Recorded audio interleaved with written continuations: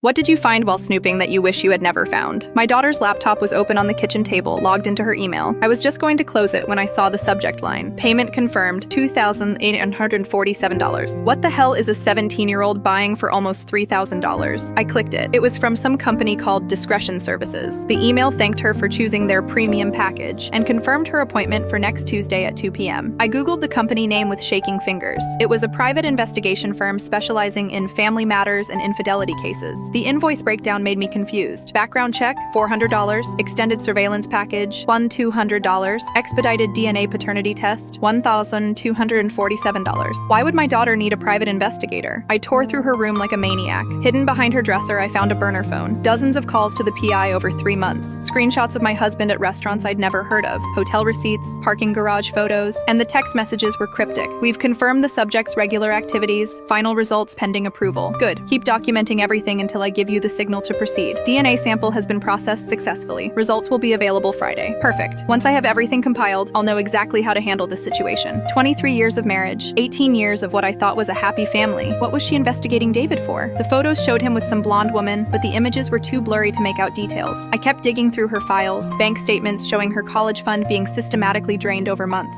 emails to divorce attorneys asking about evidence admissible in custody cases, a folder labeled Mom's Lies with screenshots of my old texts wondering about things I'd tried to forget. She'd even found the letter I'd hidden in my jewelry box, the one from my ex-boyfriend Mark from 18 years ago, begging me to take a paternity test. When Jenna got home from school, I was sitting at the kitchen table with everything spread out. The laptop, the phone, printed photos, bank statements, even that damn letter. "How long have you known?" I whispered. She didn't even look surprised. She set down her backpack calmly and said, "Long enough to hire someone to prove what you've been hiding my entire life, Mom." I wasn't hiding anything. I didn't know for sure. Bullcrap. You've suspected for years. I've seen how you look at me sometimes, how you compare my face to his in family photos. My husband walked in right as she said it, still in his work clothes. The look on his face when he saw everything spread across the table, pure devastation mixed with relief, like he'd been waiting 18 years for this moment. "Show him the photos," Jenna said coldly. I spread out the surveillance pictures. My husband with his blonde co-worker, Rebecca, kissing her in his car, going into her apartment building, coming out the next morning. "How long?" I asked him. "Does it matter?" he said quietly. "Nothing in this family has been real for 20 years. Then Jenna pulled out a manila envelope. "The DNA results came back yesterday. 99.7% excluded. You're definitely not my biological father." The room went silent. "And Mom, I found Mark. He lives in Denver now. He agreed to take a paternity test." She slid another document across the table. 99.9% probability. He's my real father. Dad's been paying for Rebecca's apartment for 8 months. I'm driving to Denver this weekend. She dropped 2 business cards on the table. Mark's number and Rebecca's address. "You're welcome." The door slammed. She'd spent her entire college fund to prove none of us were who we pretended to be.